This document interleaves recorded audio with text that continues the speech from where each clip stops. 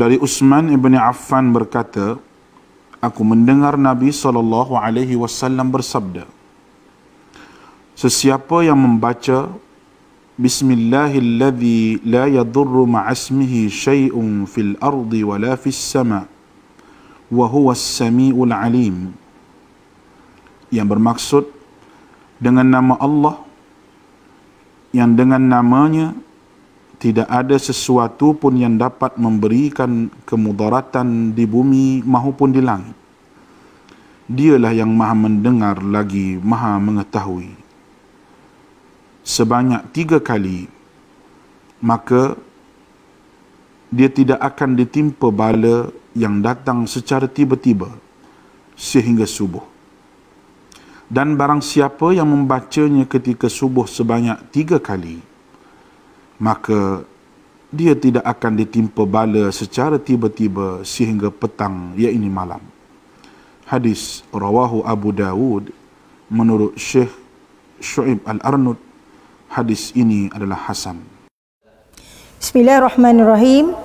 Assalamualaikum warahmatullahi wabarakatuh. Alhamdulillah, syukur kehadrat Allah Subhanahu wa taala. Bertemu lagi kita dalam program tuition online Perlis Mengaji untuk kali ketiga dalam subjek Pendidikan Syariah Islamiah, kod kertas 5228.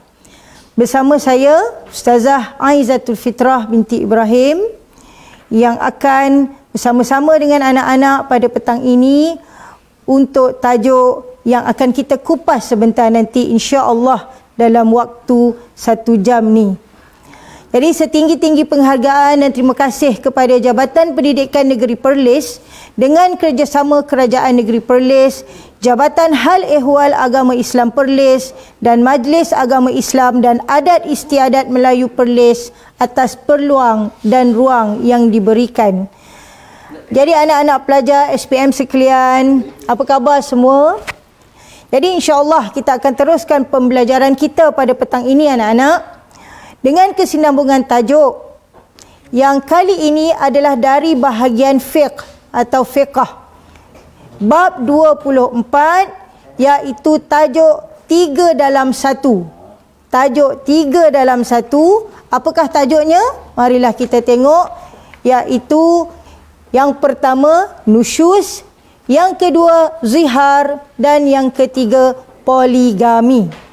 Jadi hari ini kita akan kompreskan tajuk 3 tajuk ini di dalam satu tajuk.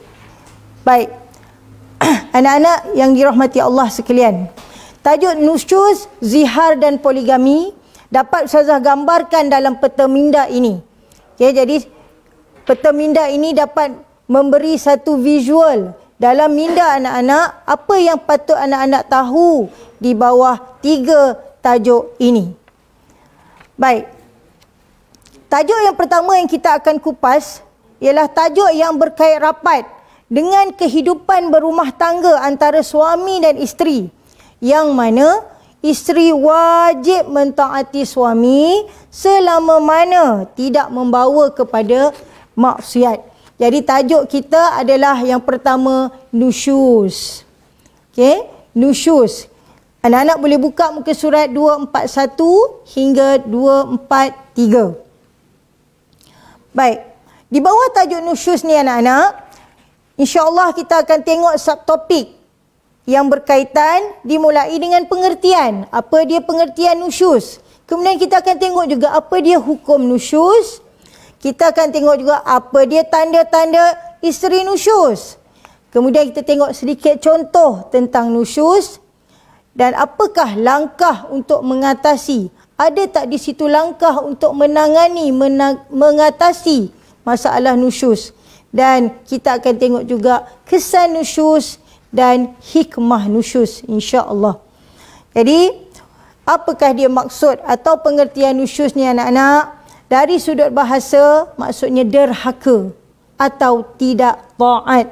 Itulah nusyuz. Derhaka. Dari sudut istilah pula, ialah seorang isteri yang menderhakai terhadap suaminya. Isteri derhaka terhadap suami. Yang kedua, mengabaikan kewajipan mentaati suami.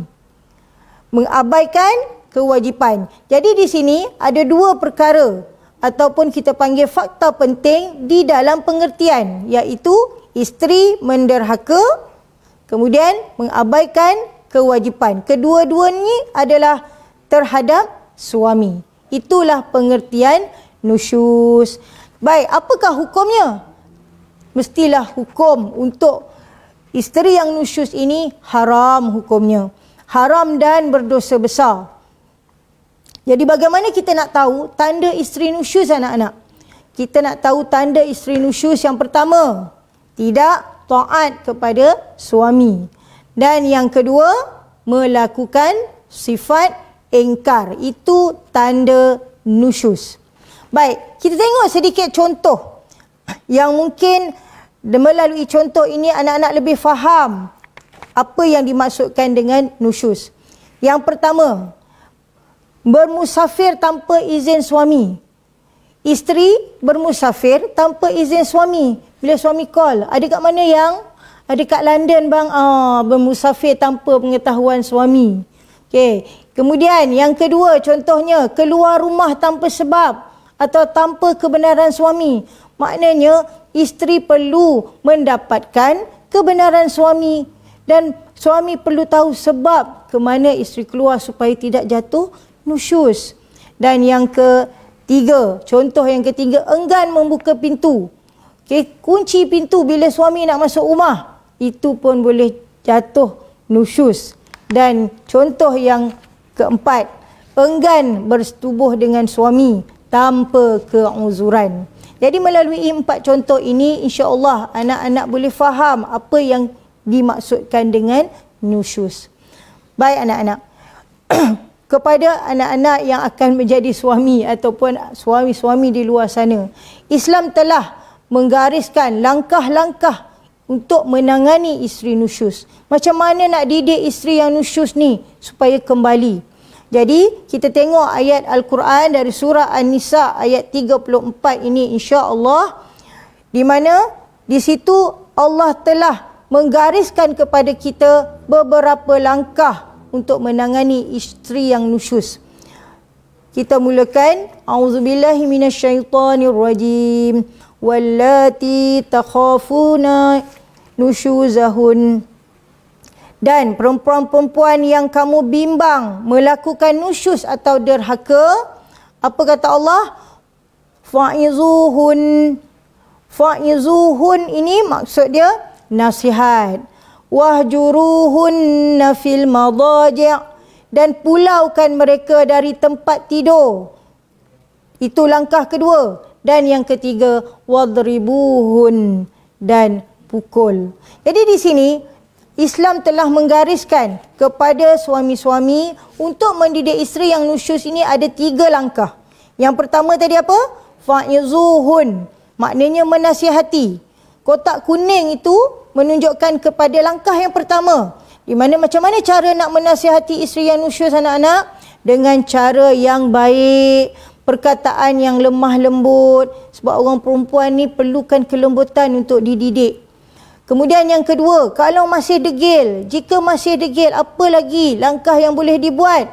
Wahjuruhunna fil madaji', pulaukan mereka dari tempat tidur. Jadi Islam kata suami tidur berasingan dengan isteri. Sebab isteri ni kalau suami tidur berasingan, dia akan berasa lebih. Okey, jadi itu adalah langkah yang kedua. Manakala langkah yang ketiga, Allah kata wadribuhun, dan bolehlah dipukul. Okay, tapi di sini kalau isteri masih degil, lepas nasihat tak mau dengar, dah tidur berasingan pun tak nak ikut, suami boleh pukul, tapi pukullah dengan tidak mencederakan mana-mana anggota tubuh, tapi sekadar untuk mengajar. Jadi kat sini anak-anak, suami dilarang memukul isteri di tempat-tempat seperti muka, seperti perut, apatah lagi kalau sampai membawa maut.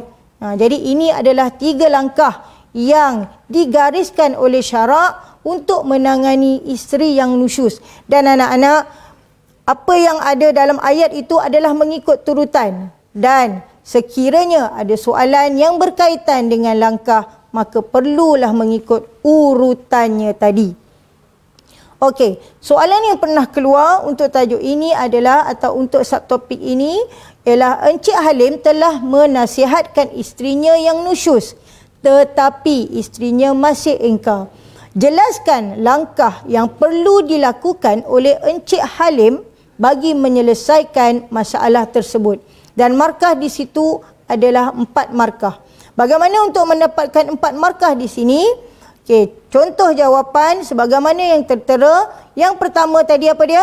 Menasihati. Jadi menasihati dengan cara yang baik, perkataan yang lemah lembut. Itu membawa kepada 1 markah. Yang kedua, jika masih degil, suami hendaklah tidur berasingan atau pulaukan tempat tidur.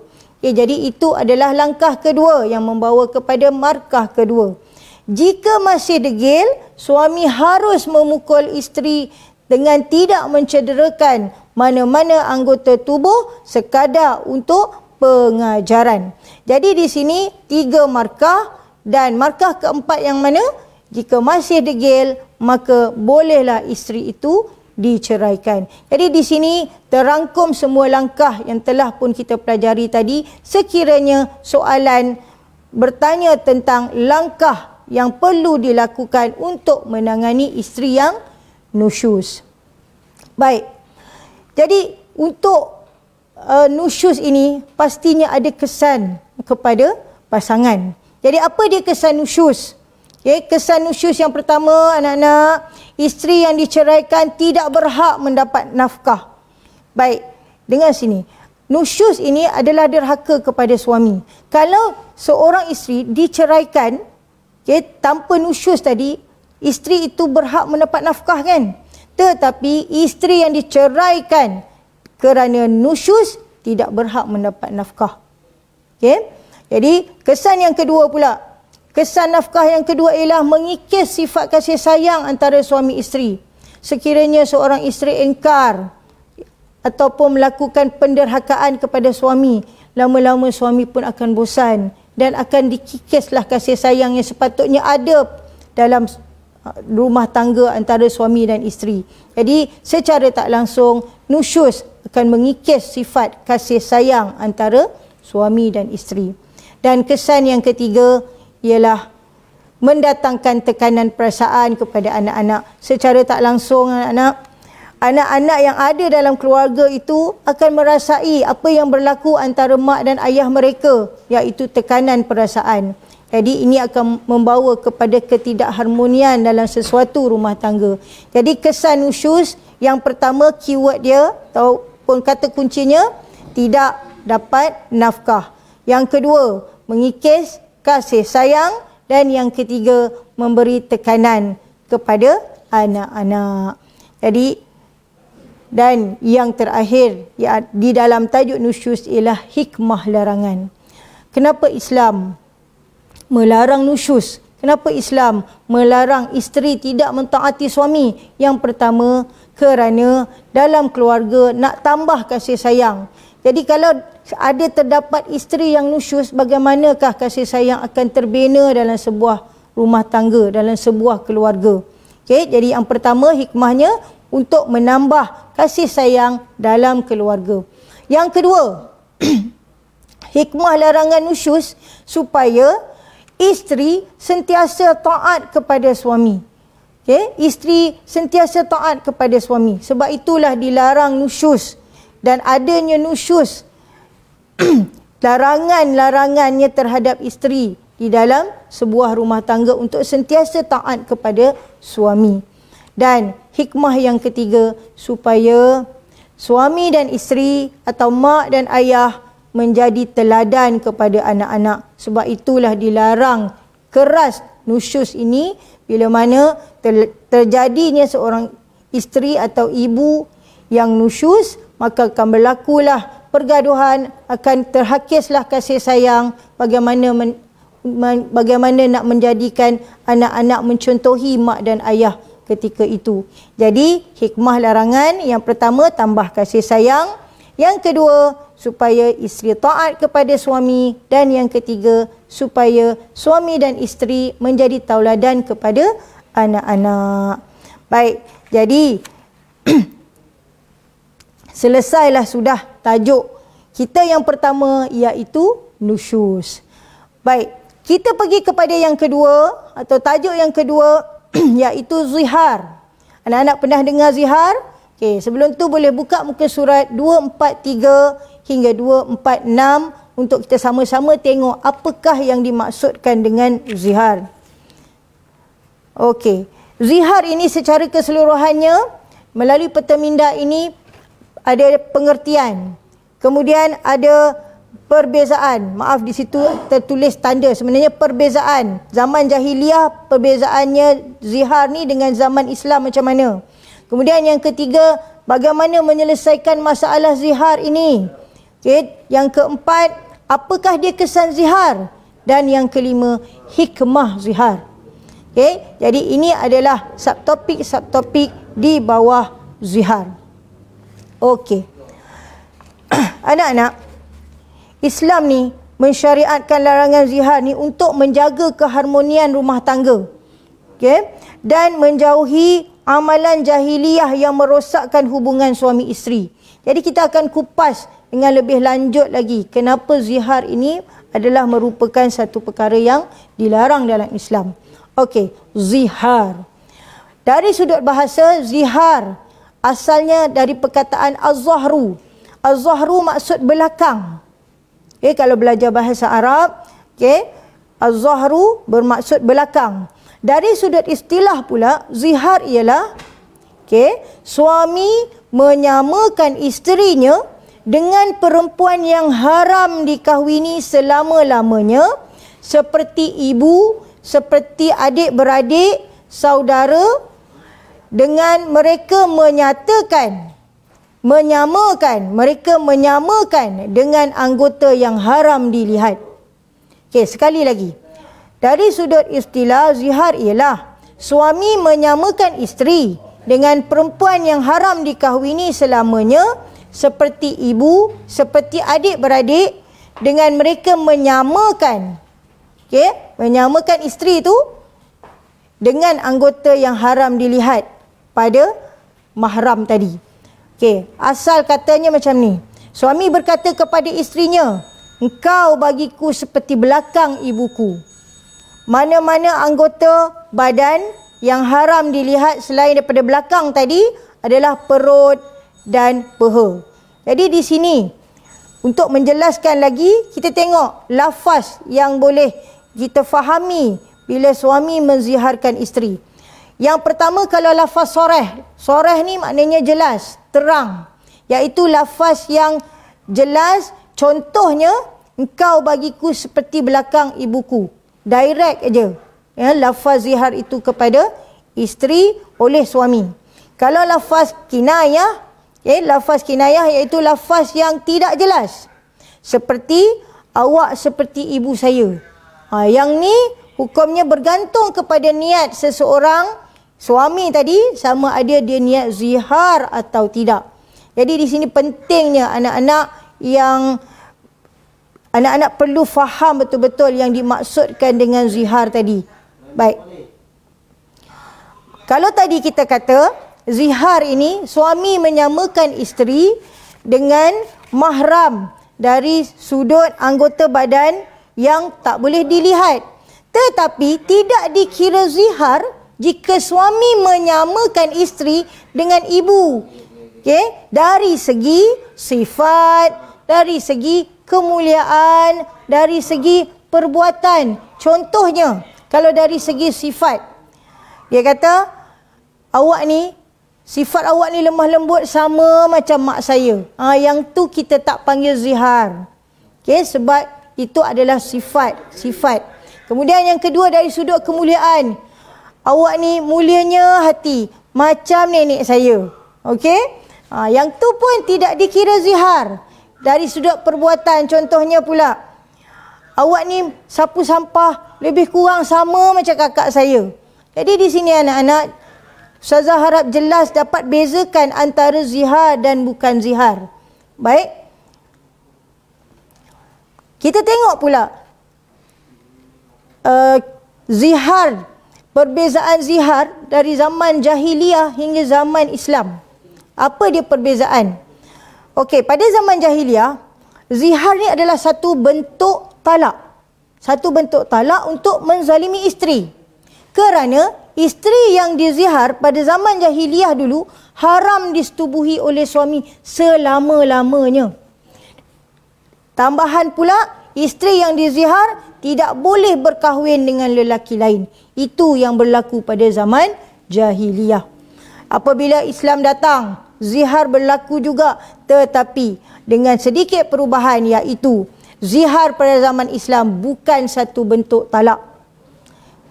Bila suami menziharkan isteri, suami wajib membayar kafarah sebelum menyetubuhi isteri. Di sini terdapat halangan. Halangan apa? Halangan persetubuhan sekiranya suami menziharkan isteri. Dan untuk membolehkan suami bergaul semula dengan isteri, maka suami wajib membayar kafarah.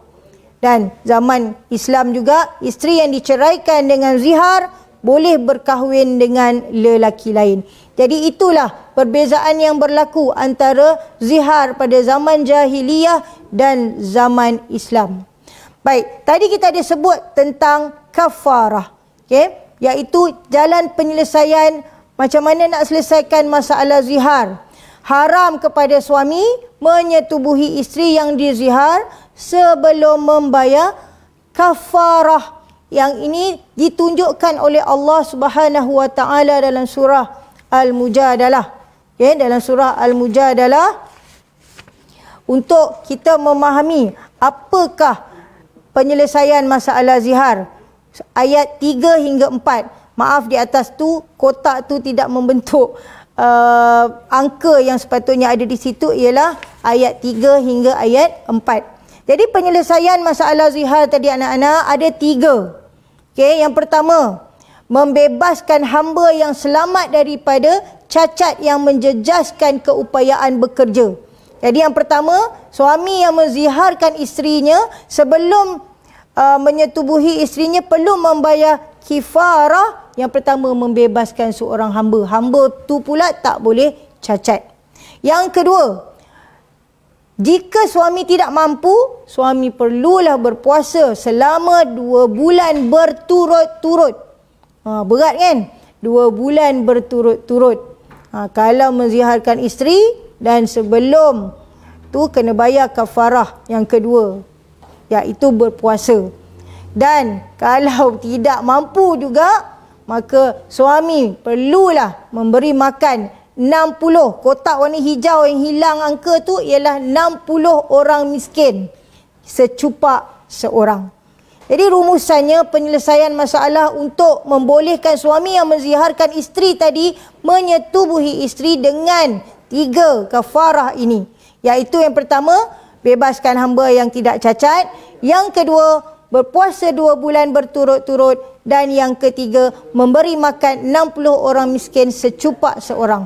Yang ni pun mesti ikut turutan. Sebab itulah yang telah dipandu oleh Allah dalam surah Al-Mujadalah dalam menyelesaikan masalah zihar. Boleh anak-anak? Baik. Kita pergi kepada kesan zihar. Kenapa zihar dilarang dalam Islam? Kerana kesan dia amat berat. Suami haram menyetubuhi isteri yang dizihar. Itu kesan yang pertama. Yang kedua, suami kalau nak bergaul dengan isteri atau menyetubuhi isteri semula, wajib membayar kafarah. Dan telah pun kita bincang tadi. Dan kesan zihar yang ketiga, kehidupan para isteri teraniaya apabila suami menyamakan isteri dengan mahram dari sudut-sudut tertentu. Baik, akhir sekali tentang tajuk zihar ini ialah hikmah pengharaman zihar. Jadi apakah hikmah Islam mengharamkan zihar ni anak-anak? Yang pertama, kita tengok kotak biru. Supaya suami lebih berhati-hati dalam berkata-kata. Sebab itulah suami perlu ada ilmu dalam rumah tangga supaya sentiasa harmoni dan tidak berlaku zihar. Jadi Itu yang pertama. Hikmah yang kedua ialah menghapuskan amalan jahiliyah yang kotak kuning tu. Mana? Kerana amalan jahiliyah yang kita dah tengok tadi pada zaman jahiliyah menjadikan zihar ni sebagai satu bentuk talak. Dan yang ketiga, hikmah pengharaman zihar ialah menghormati martabat ibu dan mahram dalam kehidupan. Ibu ada martabat dia, adik-beradik ada martabat dia, isteri pun macam tu ada martabatnya. Jadi inilah 3 antara hikmah pengharaman zihar. Okey, boleh anak-anak? Jadi insya-Allah kita dah pun tengok 2 tajuk tadi. Yang pertama tadi nusyuz dan yang kedua ini zihar. Baik. InsyaAllah kita akan masuk kepada tajuk yang ketiga, iaitu poligami. Okey. Jadi poligami ini ada pada muka surat 247 hingga 248. Baik. Sebelum tu kita tengok subtopik di bawah poligami. Okey. Kita akan tengok apa dia pengertian poligami. Kemudian hukum poligami. Syarat-syarat poligami. Kan kita akan tengok akibat tidak memenuhi syarat poligami dan akhir sekali hikmah. Okay. Jadi dalam poligami ini itu dia poligami. Kalau seorang lelaki berkahwin dengan seorang perempuan, kita panggil monogami. Tapi kalau lelaki yang berkahwin lebih daripada satu dalam satu masa, yang itu kita panggil poligami. Itulah maksud poligami. Lelaki yang berkahwin lebih daripada satu dalam satu masa. Baik, dalil yang mengatakan adanya poligami dalam Islam ada pada surah An-Nisa ayat 3 ini. A'udzubillahi minasyaitonirrajim. Ya. Wa in khiftum alla tuqsitu fil yatama. Dan jika kamu takut tidak dapat berlaku adil terhadap perempuan-perempuan yatim apabila berkahwin dengan mereka, fankihu ma tabalakum minan nisa, maka berkahwinlah dengan sesiapa yang kamu berkenan daripada perempuan yang lain, mathna wa thulatha wa ruba', 2, 3 atau 4. Fa in khiftum alla ta'dilu fawahidah. Itu Allah kata, jika sekiranya kamu bimbang tidak dapat berlaku adil wahai suami, maka cukuplah dengan seorang sahaja. Jadi di sini dalil menunjukkan harusnya berpoligami. Baik. Okey, bila cerita tentang harus, itulah hukum asal poligami anak-anak. Hukumnya harus. Tetapi ulama juga telah menggariskan bahawa dalam keharusan berpoligami ini, ulama telah menetapkan hukum-hukum yang mana bergantung juga kepada keadaan di samping hukum asal harus tadi, iaitu hukum sunat. Bila sunat poligami ini? Apabila seorang lelaki tidak memadai berkahwin dengan seorang perempuan kerana mungkin isterinya uzur, dah tua, ataupun berpenyakit, atau tidak mampu melahirkan zuriat, maka sunat kepada suami berpoligami. Suami seorang tu juga kuat nafsu dan mampu berlaku adil. Itu semua adalah pakej sunat kepada berpoligami. Okey, hukum. Bila pula keadaan makruh? Makruh berpoligaminya apabila tiada keperluan, bertujuan untuk berseronok-seronok sahaja. Jadi jatuhlah hukum makruh berpoligami. Dan bila pula jatuh hukum haram berpoligami ni? Haram apabila yakin tidak mampu berpoligami sebenarnya, tidak mampu berlaku adil dan tidak mampu memberi nafkah, maka haram hukumnya berpoligami. Baik, itu adalah hukum-hukum yang berkaitan. Baik, seterusnya kita akan tengok apa dia syarat yang diharuskan dalam berpoligami anak-anak. Okey, jadi syarat yang pertama ialah mampu memberi nafkah. Seorang suami yang ingin berpoligami, sama ada kahwin 2, kahwin 3 atau kahwin 4, dia mestilah syarat dia mampu memberi nafkah.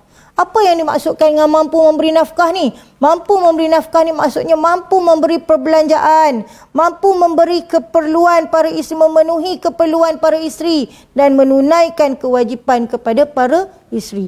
Barulah boleh berpoligami. Itu syarat yang pertama. Syarat yang kedua, suami perlulah berlaku adil kalau berpoligami. Adil dari sudut nafkah, kemudian adil dari sudut layanan yang baik, dan adil dari sudut giliran. Jadi itu juga adalah merupakan syarat diharuskan berpoligami ini. Dan syarat ketiga ialah tidak boleh lebih dari 4 isteri dalam satu masa. Jadi jelas dalam ayat tadi pun disebut 4 ruba' kan. Jadi tidak lebih dari 4 isteri dalam satu masa. Jadi inilah merupakan syarat diharuskan poligami, iaitu mampu memberi nafkah, yang kedua adil dari sudut giliran, layanan, nafkah, dan yang ketiga tidak lebih dari 4 orang dalam satu masa. Itulah syarat diharuskan poligami. Okey anak-anak. Jadi Islam mengharuskan poligami ni dengan hikmah yang tertentu.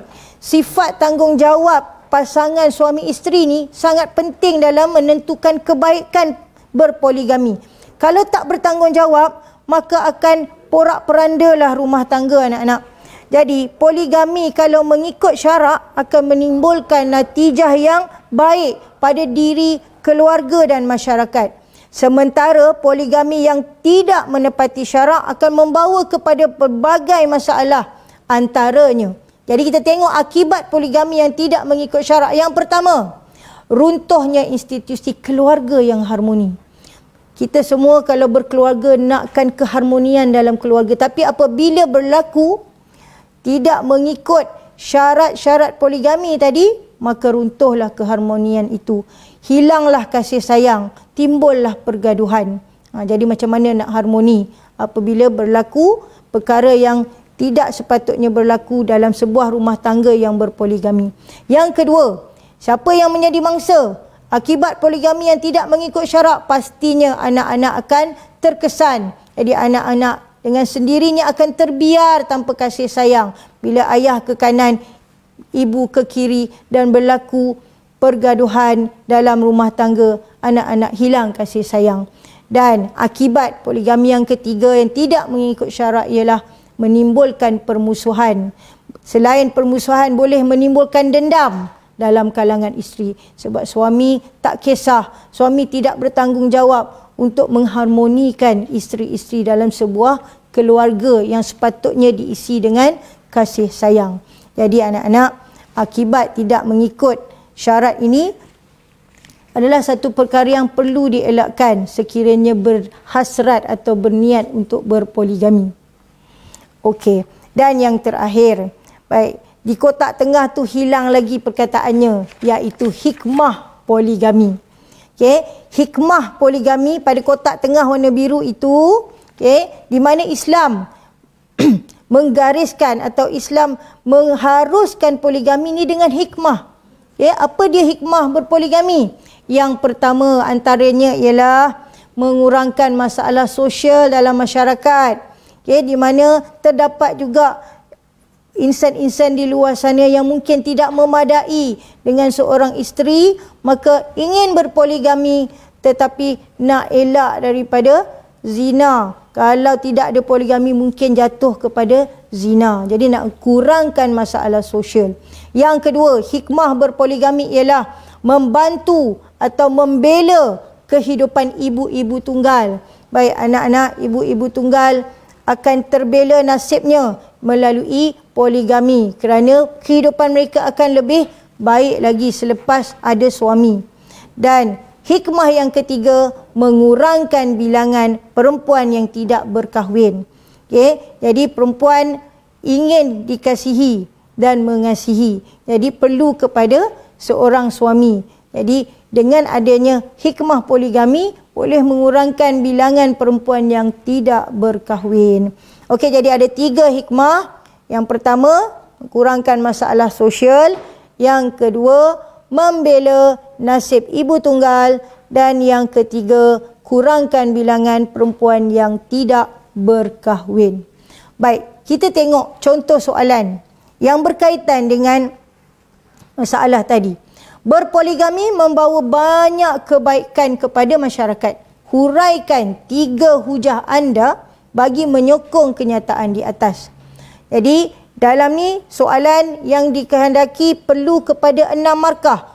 Dan bila ada perkataan 3, ada bilangan 3, maka soalan jawapan perlulah ada isi huraian, isi huraian, isi huraian. Okey, di mana di tengah-tengah antara isi dan huraian itu ada kata penghubung. Jadi Ustazah datangkan satu contoh jawapan bagi subtopik sebelum ini, iaitu hikmah berpoligami.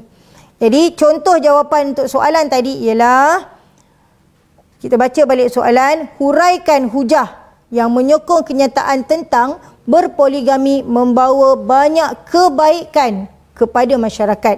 Okay, jadi contoh jawapan, poligami dapat membantu atau membela kehidupan ibu tunggal. Jadi kat sini ibu tunggal itu adalah isi yang membawa kepada satu markah. Agar, kata penghubungnya, mereka dapat menjalani hidup dengan lebih sempurna. Okay, jadi itu adalah salah satu daripada jawapan tentang hikmah poligami. Anak-anak boleh ambil juga daripada yang warna hijau tadi, mengurangkan masalah sosial, ataupun yang warna oranye itu mengurangkan bilangan perempuan yang tidak berkahwin. Baik, jadi alhamdulillah kita dah pun selesai 3 dalam 1 tajuk pada hari ini, iaitu tajuk apa anak-anak? Nusyuz yang pertama, yang kedua zihar, dan yang ketiga poligami. Okey. Jadi semoga anak-anak mendapat manfaat, mendapat ilmu dan dapat memahami tajuk ini dengan baik. Dan buatlah ulang kaji, buatlah latihan untuk memantapkan lagi penguasaan anak-anak terhadap tajuk ini. Sekali lagi, apa dia tajuk kita? Nusyuz, zihar dan poligami. Jadi anak-anak, sekian dari Ustazah. Stay at home, stay calm, keep on studying, keep on revising. Walaupun Ramadan 1441 Hijrah ini satu perjuangan, tapi teruskan perjuangan anda, insya-Allah akan berjaya di akhirnya. Akhir kalam dari Ustazah, yang baik itu hanya dari Allah Subhanahu wa taala yang maha sempurna, dan maaf seandainya terdapat penyampaian Ustazah kekurangan di sana sini adalah kelemahan Ustazah sendiri. Ustazah minta maaf banyak-banyak. Wabillahi taufiq wal hidayah. Wassalamualaikum warahmatullahi wabarakatuh.